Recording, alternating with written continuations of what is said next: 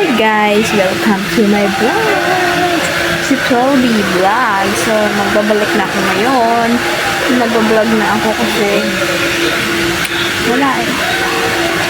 Iniwan ko yung pag-vlog dahil sa kanya. But, magbabalik na sa dati yung aking So, ngayon guys, marami nagtataka, marami nagsasabi kung nasaan na ba si Toby Vlogs. So, ngayon guys, nandito na ako sa Pilipinas. Marami na nangyari sa buhay ko. Marami na nagbago. Nakaiyak. Pero tuloy lang laban. Laban lang laban hanggat may lumalaban. Kaya mo, dahil i-share kung ano yung mga naging journey ko dito sa aking health studies. So, parodin natin. Bye!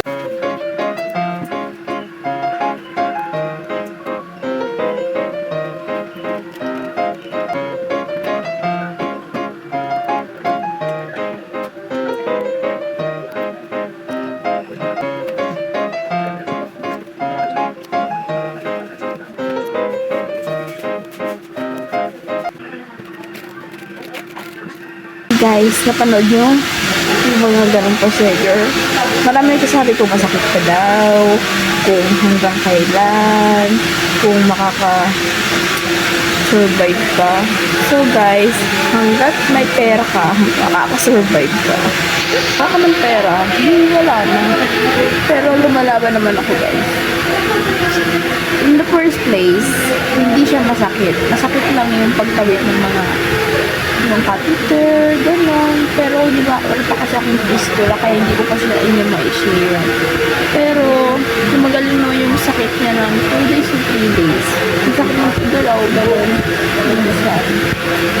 So, ngayon guys, is full healed naman ako. Nakaka-recover ako, nakakagalaw ko ng malaya. Pero, limit lang yung galaw ko. Hindi ako pwede maglakad ng super layo. Hindi ako pwede magbuhat-buhat. So, nandito ako sa bahay namin, nakahiga. Minsan, lumalabas naman ako. Nag-exercise, ganyan, nagigila, nagbabantay ng barbecue, ganyan guys. At, yun naman, marami pa akong dapat ilakad para nakadiscount. Medyo mabigat din sa bulsa to. Dahil twice a week ako mag-dialysis. Sana once na lang no soon kapag naka-recover ako ng buong. So ngayon guys, magkabalik na ako mag-vlog. Pakitakin nyo sa inyo ang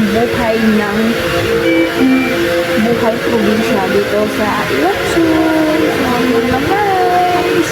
Mamaya magtapos ako gabi na.